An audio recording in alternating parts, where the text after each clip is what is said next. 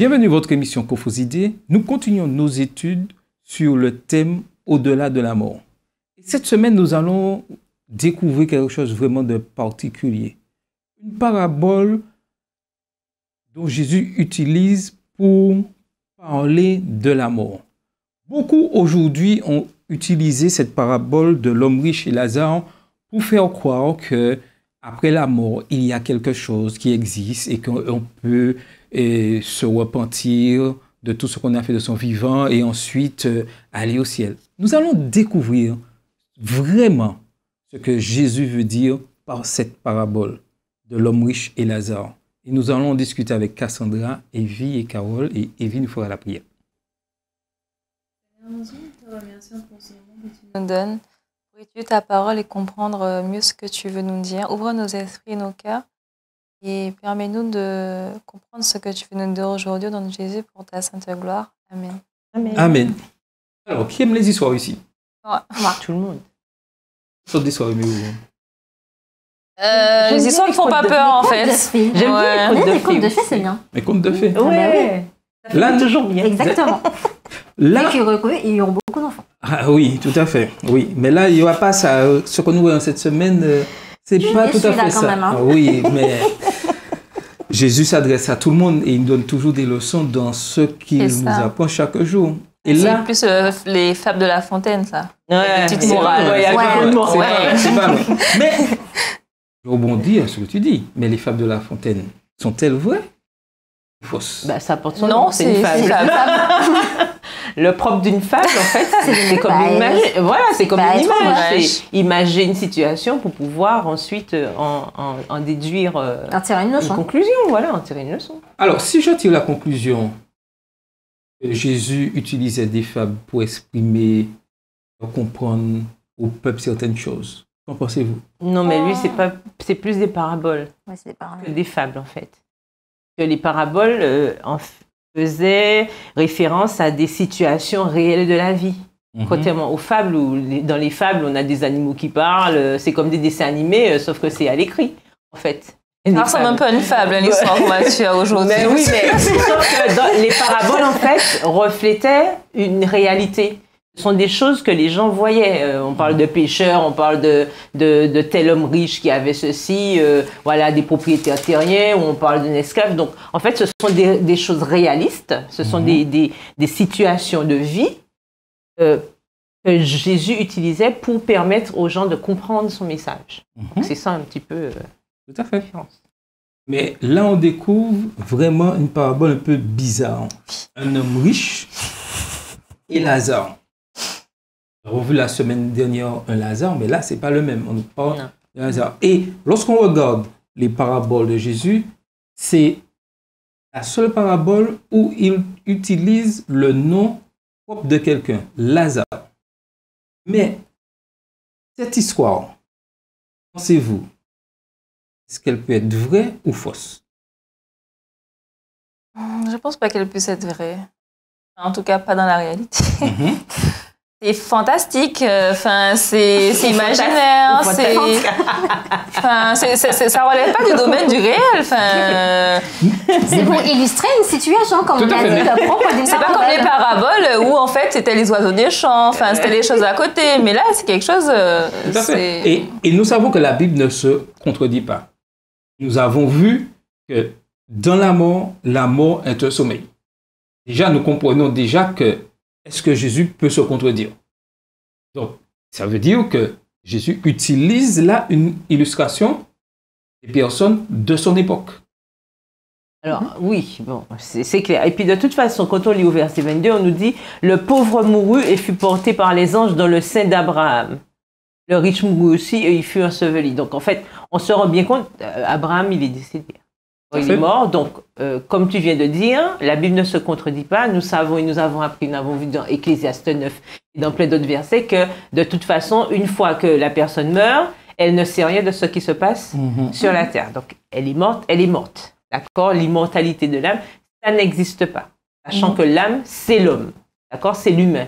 Donc, on peut se dire tout de suite, on voit tout de suite que ça, c'est une histoire. C'est une parabole. Ça ne peut pas être quelque chose de réel. Ça ne peut pas être quelque chose de réel. Tout à fait. Donc, nous allons un peu discuter de voir qu'est-ce que Jésus entend par cette parabole et quel est le but de cette parabole. Parce que n'oublions pas que lorsque Jésus dresse ses contemporains une parabole, c'est qu'il y a un but derrière. Il ne vient pas là comme ça et puis il dit une parabole et puis... Alors, au départ, pour vous, entrer dans le fond de l'histoire, cette parabole, quel est l'intérêt d'une telle parabole? C'est montrer, je pense, à quel point le fait d'être avare ne sert pas finalement à grand-chose en finalité. En fin de compte, à la fin, en tout cas, qu'on rend des comptes devant Dieu, en tout cas, ça dessert plus qu'autre chose. Donc, autant peut-être plus être plus généreux, on gagne plus finalement à la fin, que de tout garder et puis ensuite être banni en fait du paradis, quoi. Est-ce que ça voudrait dire qu'on devrait se forcer à être finalement pauvre pour être sûr d'avoir plus? Ah non, j'ai dit donner, ne pas être avare. Ne pas être avare. Alors, le fait de donner n'appauvrit pas. Au contraire, celui qui donne s'enrichit, hein, clairement. Ouais. Donc, même dans la vie réelle, on parle de l'homme riche, là, s'il donnait à Lazare, ça ne l'aurait pas appauvri, je pense pas. En fait, c'est surtout comment dire ça, la manière dont on va percevoir les choses et le faire, se dire on le fait de manière désintéressée. Je ne donne pas en étant, du moins je ne suis pas avare. Si je suis riche, je ne donne pas parce que je sais qu'en donnant plus, je vais gagner plus. Mais en fait, vraiment en se disant je le donne parce que Dieu m'a béni, j'ai conscience de ce que Dieu a fait pour moi et je veux faire profiter aux autres des bénédictions que Dieu a pour moi et du coup je le fais vraiment de manière désintéressée. Et puis pour répondre à ta première question, Charles, je pense aussi que c'est là, comme disait Evie, pour nous montrer, mais finalement on est tous égaux, que ça soit le riche, que ça soit le pauvre, on est tous des êtres humains, on finit tous à un moment finalement malheureusement par mourir. Et ça reste au départ, initialement, la même mort pour tout le monde. Voilà, c'est ça. C'est-à-dire déjà, face à la mort, nous sommes égaux. Parce que c'est vrai que dans la vie, il y avait cette différence entre les deux, entre Lazare et puis cet homme riche. Mais c'est vrai qu'arrivé en fin de vie, les deux se retrouvent dans les mêmes conditions. C'est-à-dire, ils sont morts. Mais ça nous montre aussi cette parabole que ce que nous avons fait dans notre vie, et on le disait la semaine dernière, c'est toi qui disais que ce qu'on a fait dans notre vie, c'est ce qui va préparer, et je crois qu'Yves l'avait aussi précisé, c'est ça qui va nous préparer pour la suite. Il parlait de prolongement de notre vie. C'est-à-dire que l'homme riche qui n'a pas usé de manière intelligente, je dirais ça comme ça, de sa fortune, parce qu'il n'a pas voulu partager, il n'a pas voulu faire bénéficier aux autres ce que Dieu lui avait donné, mais forcément, il a eu le résultat qui allait avec. Il n'a pas eu cette vie magnifique qu'il aurait pu avoir après sa mort. Et pareil pour nous, la manière dont nous vivons sur Terre, nous allons ou pas profiter de la vie éternelle. Et c'est ça en fait. Et on voit que le pauvre homme qui a souffert toute sa vie, en fait, il se retrouve dans la félicité, etc., après sa mort. Donc, ça correspond tout à fait à ce qu'on appelle la première résurrection, la seconde résurrection, c'est-à-dire la vie éternelle, la mort éternelle. Ceux qui auront agi dans le respect de ce que Dieu nous recommande, etc., ils auront la récompense qui vont avec. Et ceux qui auront mal agi, ils auront la récompense qui vont avec. C'est tout simplement ça, en fait. Cette parabole, c'est bien pour nous montrer le résultat par rapport à la manière dont nous aurons vécu. Tout à fait. Et il est important pour mettre, je dirais, cette parabole dans l'époque à laquelle Jésus s'adresse. C'est que Jésus utilise les moyens de communication qui existaient en ce temps-là. Et en ce temps-là, les pharisiens avaient l'habitude dans leur message d'utiliser des paraboles, d'utiliser des textes pour faire comprendre des choses. Et Jésus utilise la même chose. On pourrait comparer ça à aujourd'hui si Jésus était avec nous et les contes que nous connaissons en Martinique, Jésus utilise un de ces contes pour expliquer Je pense que Jésus nous enverrait surtout des petits textos sur WhatsApp. Non, mais On faisait des petits réels sur TikTok pour nous expliquer. en utilisant les notre choses langage. de la Non, tout ça, c'est pour montrer que Jésus s'adapte à l'époque où il vivait. Et c'est pas parce qu'il utilise, je dirais, ces éléments que nous devons les prendre, je dirais, au pied de la lettre et faire mentir, faire dire autre chose que ce que Jésus veut dire. Parce que malheureusement, je disais ça tout à l'heure, malheureusement aujourd'hui, certains utilisent ces passages pour faire croire qu'il y a quelque chose après la mort.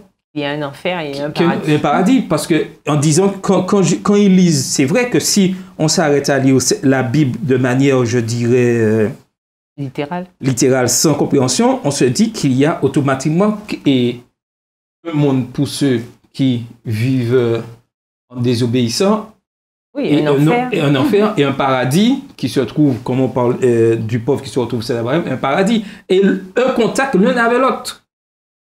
Et on peut se poser la question, comment... Attends, mais sérieusement, si on pense à si ça devait être réel, comment il y a un contact, comment pourrait-il y avoir un contact entre le paradis et l'enfer? Je tiens juste à dire qu'il y a quand même des séries qui finalement reprennent exactement cette idée. Et vraiment cette idée, enfer, paradis, et puis finalement le paradis en enfer, et puis l'enfer en paradis. Et puis on prend un petit train et puis on atterrit sur l'un ou l'autre, selon si on progresse ou si on progresse pas. Voilà, tout à fait. Et finalement, je pense que c'est là qu'on devrait rester vigilant. Je me rappelle d'une prof qui nous disait souvent mais que tout ce qu'on regarde à la télé est issu finalement, entre autres, d'histoire de la Bible. Et en fait, c'est là qu'il faut être vigilant de se dire les choses, en fait, ils vont les adapter et ils vont les détourner à leur manière. Donc, se dire que ce que l'on regarde, effectivement, n'est pas la réalité. Et nous avons un ennemi qui connaît les Écritures. Nous avons l'expérience quand il a tenté Jésus dans le désert. Il lui dit, jette-toi au-dessus. Car il est écrit... Attends, c'est bien ce qui est écrit. Il est écrit que les anges vont venir te secourir. C'est écrit. Personne ne peut contester ça, mais c'est l'utilisation que nous allons faire des Écritures va déterminer les choses. Et comme nous l'avons dit tout à l'heure, la Bible ne se contredit pas. La Bible nous dit que les morts sont dans la tombe et non en enfer. Par rapport à ce que tu disais, Jésus lui a répondu, il est aussi écrit. Ça veut dire que oui, il est écrit ça quelque part, mais il est aussi écrit ailleurs quelque chose d'autre. Donc il faut mettre ça en collaboration. Et puis il faut se dire, bon, mais finalement, globalement, ça veut dire quoi? Tout à fait. Et Jésus nous donne l'exemple. Et c'est pour ça que nous devons prendre les textes de la Bible avec d'autres textes pour comparer. Puisque l'ennemi va utiliser comme il l'a fait. Et nous devons pouvoir dire à l'ennemi, non, les morts sont dans la tombe et non en enfer. Jean 5, versets 28 et 29 nous le dit. Dans l'Apocalypse, nous voyons que les injustes seront jetés dans les temps de feu à la fin des siècles et non à leur propre mort. C'est ce que la Bible dit. Matthieu 13, versets 40 à 43. Quant aux justes, ils n'iront pas dans le sein d'Abraham à leur mort. C'est lorsque Jésus reviendra qu'ils seront emmenés au ciel par les anges. Oui. Matthieu 24, verset 31. Et 1 Thessaloniciens, verset 14 aussi, c'est ce qu'on dit. Tout à fait. C'est à la dernière trompette que les morts en Christ ressusciteront. Et comme la Bible ne se contredit pas, on ne peut pas faire dire à la Bible tout et son contraire. Ce n'est pas possible. Et dernière chose, la Bible interdit toute tentative de communication des vivants avec les morts. Mais ça, c'est clair. C'est clair. Ça ne paraît logique. Donc, avec ces points et que la Bible ne se conduit pas, nous pouvons dire que ce texte ne peut pas être une réalité. Ouais. Juste un exemple que nous avons vu, que représentait, nous voyons déjà, comme disait tout à l'heure Yves, ceux qui mènent une vie, je dirais, conforme à la parole de Dieu, et ceux qui, je dirais, laissent l'orgueil prendre le dessus. Et il y a une particularité que nous voyons à la fin de l'histoire, où nous voyons cet homme demander et dire, oui, envoie, entre guillemets, Lazare, le retourner dans le monde des vivants, pour pouvoir avertir... Mais c'est le frère. Il a la compassion quand même. On il a fini par comprendre, en fait, que c'était pour ça, en fait. Et il se dit, mes frères, je veux pas qu'ils vivent ce que je vis, c'est quand même particulier d'avoir la compassion. Mais en même temps, si tu te brûles, ça te fait très mal. Tu n'as pas envie que ton frère ou ta soeur se brûle aussi. Je sais pas, en tout cas, je trouve que la compassion, je trouve que pour quelqu'un d'aussi orgueilleux et au début de l'histoire, je trouve qu'il a changé. Mais tu sais, c'est là que l'on voit que les épreuves, finalement, sont là aussi pour nous façonner. Et on aura beau avoir tout l'orgueil du monde ou tout ce qu'il y a, mais finalement, on aura beau être orgueilleux, porter les trucs les plus chers, bref, tout ce que l'on veut. Mais si on est malade, on se retrouvera sur un lit d'hôpital. Exactement. Ce lit d'hôpital sera exactement le même que le pauvre petit paysan. On aura exactement les mêmes repas, on aura exactement les mêmes surblouses et surtout, on aura les mêmes traitements en fait. Donc, ça prouve bien que il faut pouvoir apprendre de nos épreuves. Et ce que je trouve beau, et même d'une manière générale dans la vie, souvent les personnes qui sont très orgueilleuses, qui sont comme finalement cet homme avare dans notre parabole, quand ils passent par des épreuves, il y a une phase le plus souvent de remise en question. Et d'humilité. D'humilité, et ils apprennent finalement à être comme notre homme pauvre. Voilà. Et puis, dans cette histoire aussi, nous voyons, parce que quand on voit la fin, hein, on voit aussi qu'il est important de se pencher sur la parole de Dieu, de la mettre en pratique et tout, puisque quand il demande à Abraham d'envoyer quelqu'un, il dit non, non, non. Ils ont Moïse et les prophètes. Moïse et les prophètes, c'est quoi? Mais c'est la parole de Dieu, en fait. Oui, tout à fait. C'est ce que la parole veut dire. Ils ont déjà de quoi s'alimenter. Ils ont déjà de quoi savoir comment éviter justement ce qui t'arrive en ce moment. Donc, ça va largement suffire. Ils n'ont pas besoin d'autre chose. Tout ça pour nous dire qu'en dehors de la parole de Dieu, on n'a pas besoin d'autre chose pour savoir comment vivre, comment préparer cet avenir que Dieu nous a promis. Donc, nous devons absolument faire en sorte de profiter aujourd'hui de cette richesse que nous avons. Que c'était ça la richesse. C'était ça la vraie richesse. Et c'est ça que l'homme riche n'avait pas compris, en fait.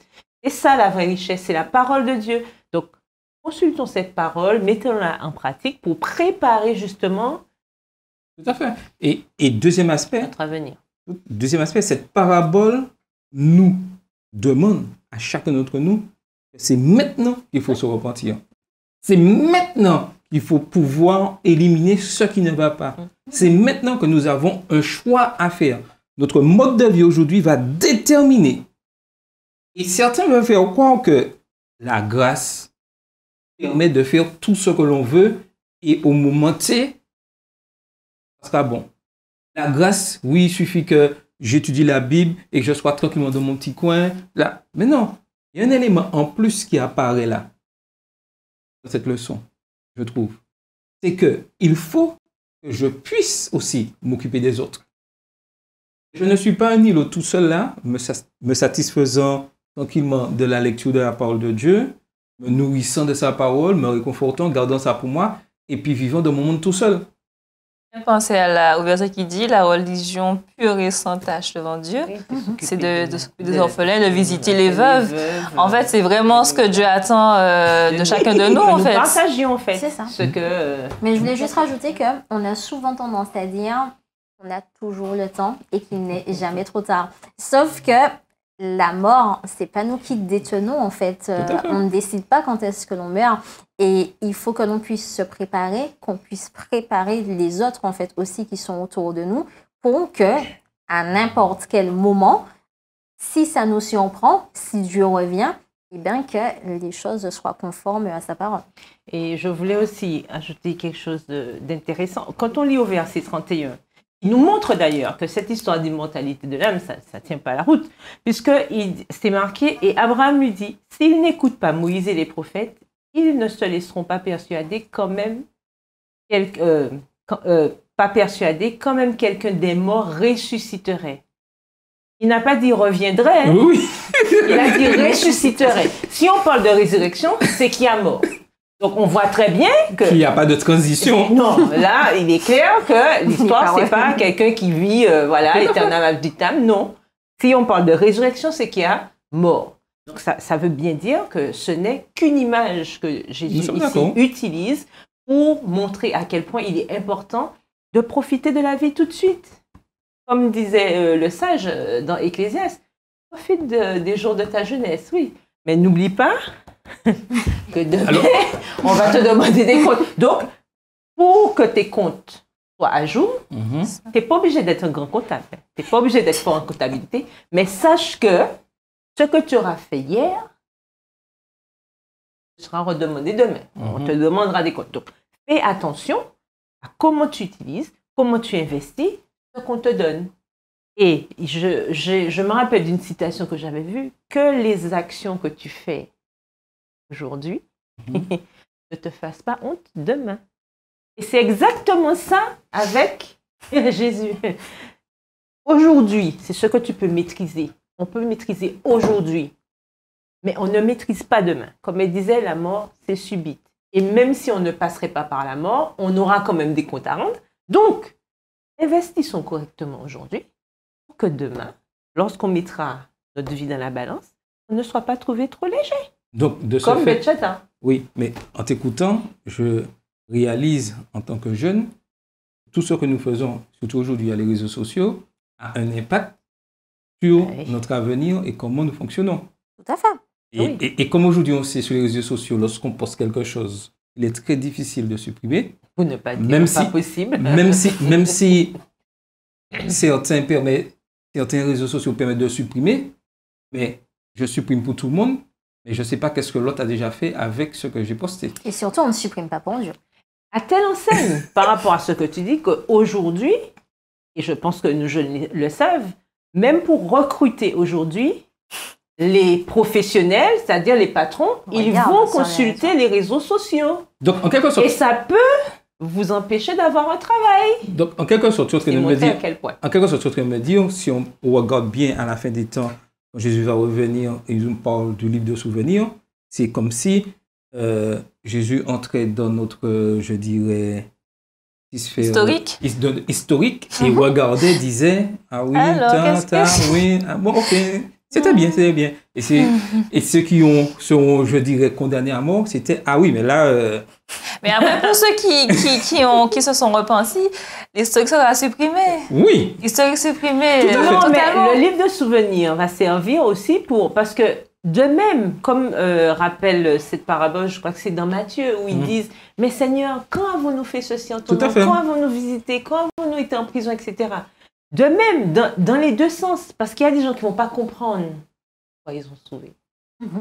Et il faudra quelque chose pour leur dire, regarde, et de même, ceux qui ne vont pas comprendre pourquoi ils sont perdus, voilà, c'est ça, parce qu'il faut des preuves à l'appui, c'est ça. Mais ce que j'aimerais rappeler, finalement, c'est que si on regarde tout ça, ça donne pas envie de vivre, hein, parce que... oui, attendez, non, mais trop de contraintes.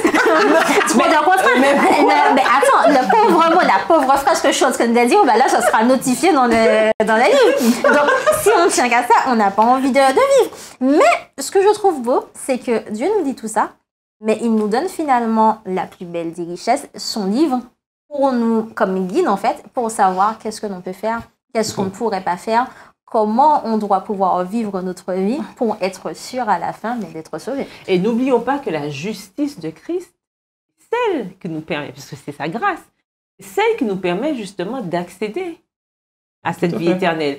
Et n'oublions pas que le Père, quand il nous regarde, il nous regarde à travers Jésus. C'est Jésus qui nous remplace en fait. C'est lui qui a pris notre place.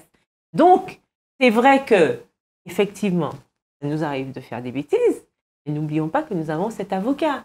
Donc, c'est notre avocat qui nous permet justement il nous réhabilite à chaque fois. Et c'est grâce à Jésus que nous pouvons justement aujourd'hui dire, ah oui, j'ai accès à la vie éternelle. Et c'est pour ça qu'on nous demande tout le temps de nous remettre en question, certes, de demander pardon pour nos péchés, parce que nous savons que lorsque nous faisons ça, au fur et à mesure, elle parlait de historique effacé, voilà, c'est-à-dire que c'est pas pris en compte,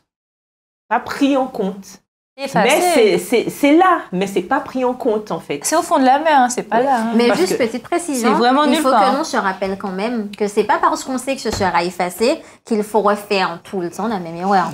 Tout à fait. Il faut quand même prendre une leçon à un moment donné et se dire, ok, Dieu m'a pardonné pour ça, mais j'ai compris la leçon. Ben, je vais avancer, je vais essayer de faire mieux quand même la prochaine fois. Et c'est ça que le bal essaie de nous faire croire, que nous pouvons faire tout ce que nous voulons là et que Dieu, dans sa grâce, Voilà. dans sa bonté extrême, dira « Ah, Charles, tu as bien vécu. » Mais non, c'est Pas grave. Tu m'as demandé pardon, c'est bon, tout va bien. C'est pas comme ça se passe. Non. C'est ça C'est le vrai repentir, hein, Le parce vrai qu'il y a un repentir, repentir qui est superficiel. Oui. Mais ça, c'est pas un repentir qui vient du cœur. Le Seigneur parle souvent du cœur pour nous dire qu'en fait, il faut qu'on soit vrai, qu'on soit authentique.